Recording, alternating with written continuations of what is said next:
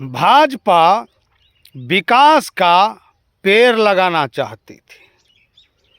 उस पेड़ लगाने से पहले गड्ढा खोदना शुरू कर दिया। जब गड्ढा खोदना शुरू कर दिया तो गड्ढा खोदते गया और वो गड्ढा कुआं बन गया।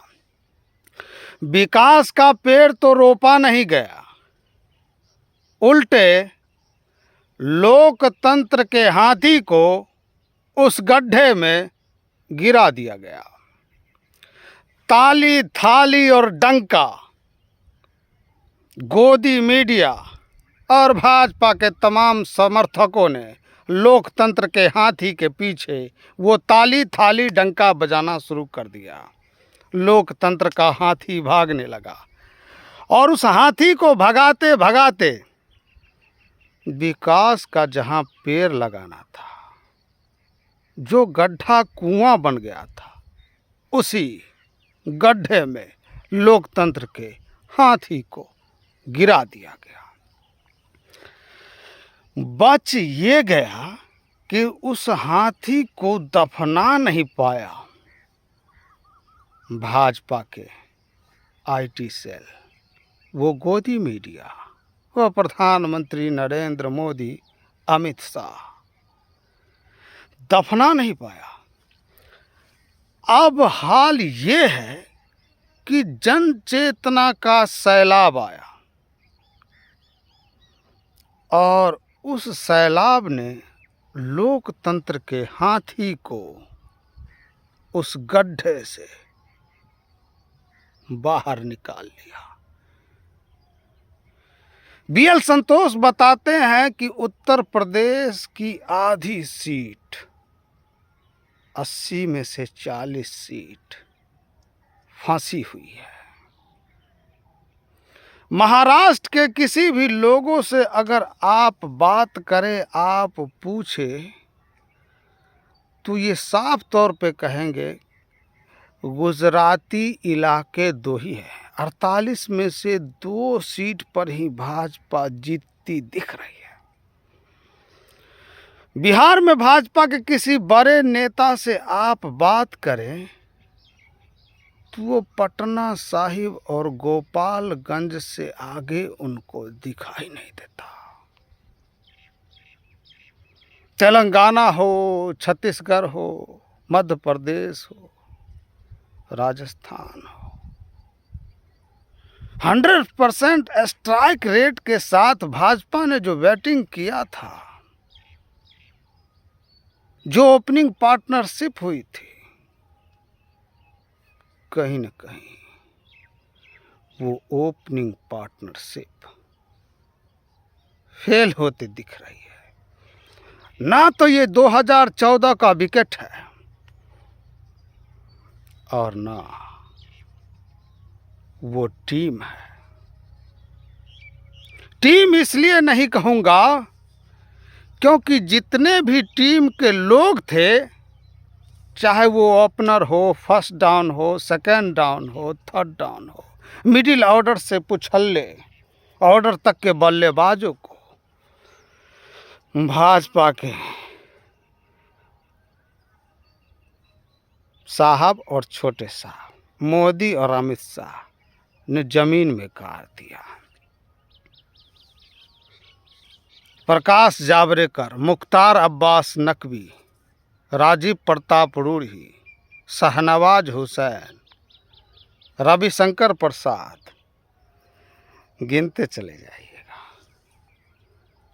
बिहार में भी कुछ लोगों को बनाया था, जैसे रामकृपाल यादव, राधा मोहन सिंह। बिहार से 7 मंत्री को उठाया गया था। नज़र दौड़ा कर देखेंगे, एक को जगह मिली है जो लोगों को पाकिस्तान भेजता है, गिरिराज सिंह, और दूसरा नित्यानंद राय वेंटिलेटर पर है। सम्राट चौधरी को थमा दिया गया। वो बच्चा जो कल पैदा हुआ हो, उसका छठियार होना बाकी है। उस बच्चे के सर पर दूध का मटका रख दिया। और वो मटका लिए राजनीतिक के पगडंडी पर डामाडोल होते हुए चल रहा है। दूध छिलक रहा है, गिर रहा है। भाजपा के लोग यूं यूं करते हैं, अनवायलेंस हो जाता है, उन्हें दूध नहीं मिलता और मटके से सारा दूध गिर रहा है। क्या करे सुशील मोदी, क्या करे अश्विनी चौबे,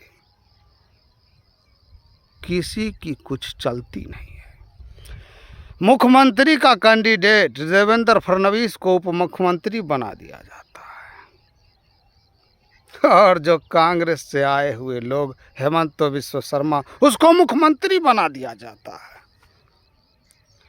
अपने ही लोगों का जड़ इतना खोद चुकी है भाजपा, इतना खोद चुकी है भाजपा कि वो राजस्थान में ये मनौती मांग रहा है कि सचिन पायलट पार्टी बना ले और वोटों का विभाजन वो कर दे और भाजपा जीत जाएगी। मजाल नहीं है, बिना वसुंधरा को हाथ में लिए भाजपा खाता खोलने की स्थिति में नहीं है।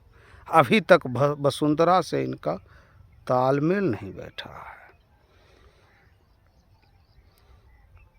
सचिन पायलट के भरोसे ये तो वही हाल हो गई कि भारत कभी चाहता है कि पाकिस्तान वो मैच जीत जाए तो मैं फाइनल में चले जाऊं। पाकिस्तान ये सोचता है कि भारत वो मैच जीत जाए तो मैं फाइनल में चले जाऊं।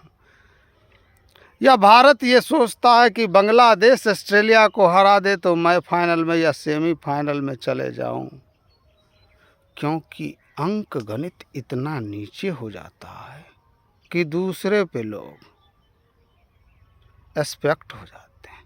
अपनी पार्टी में रिस्पेक्ट जब ख़त्म हो जाता है तो दूसरों पे एक्सपेक्ट होना पड़ता है। बड़े बड़े मंत्री को संतरी बना दिया है मोदी और शाह ने। ये गुजरात लॉबी है, गुजरात से उठा कर लाए और सबको बौनू बना दिया। बौनू, जो लोग बौनू बन गए हैं वो अब राजनीतिक फल तोड़ने के लिए उनका हाथ वहाँ तक नहीं जा रहा है। करची का लक्ष्यां बना कर के फल के तरफ, लेकिन साइज बौनी और ये करचियाँ बहुत पतली, हिलती डुलती, हवा में लहराती, वायलेंस उसका बन नहीं रहा है। एक वो वायलेंस नहीं बन रहा है, दूसरी तरफ वायलेंस हो रहा है। वायलेंस एक संतुलन वाला और एक जो आवाज़ उठ रही है भीतर से, वो वायलेंस भीतर से। आरएसएस, घोड़ा जब तक रेस में जीतता है आरएसएस तभी तक तवज्जो देता है। लाल कृष्ण आडवाणी जब तक चुनाव जीतते रहे आरएसएस सर आंखों पर बिठाए रखा। और चुनाव जब हारने लगे लाल कृष्ण आडवाणी, उनके नेतृत्व में भाजपा हारने लगी तो भाजपा समर्थकों ने लाल कृष्ण आडवाणी के घर पर पत्थर चलाया।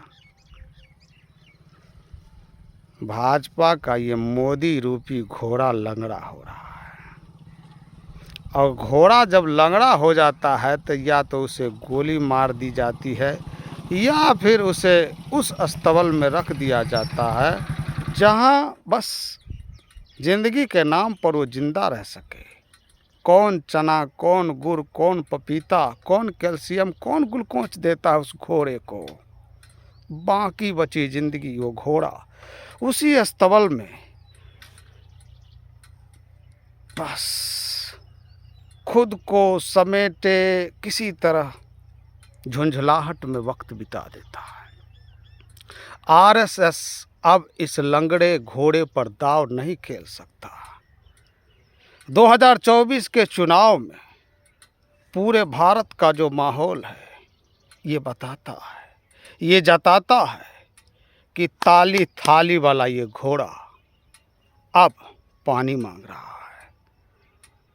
मैंने पहले ही आपको बताया कि महाराष्ट्र का क्या हाल है, बिहार का क्या हाल है, तेलंगाना, मध्य प्रदेश, छत्तीसगढ़ और राजस्थान का क्या हाल है। इनका सुपड़ा साफ होने जा रहा है। ये दलित विरोधी, पिछड़ा विरोधी, आदिवासी विरोधी, महिला विरोधी है। 50% वोटों पर महिला का कब्जा है। और हरियाणा की वो बेटी, हरियाणा का वो खाप, हरियाणा का वो गुज्जर, हरियाणा का वो जाट पूरे राजस्थान में ये प्रदर्शन करेगा। और सरकार की पैंट गीली होती जा रही है। आने वाला वक्त में अगर बीजेपी 180 सीट पर सिमट जाए तो आश्चर्य मत कीजिएगा। फिर मत कहिएगा कि हमको किसी ने बताया नहीं।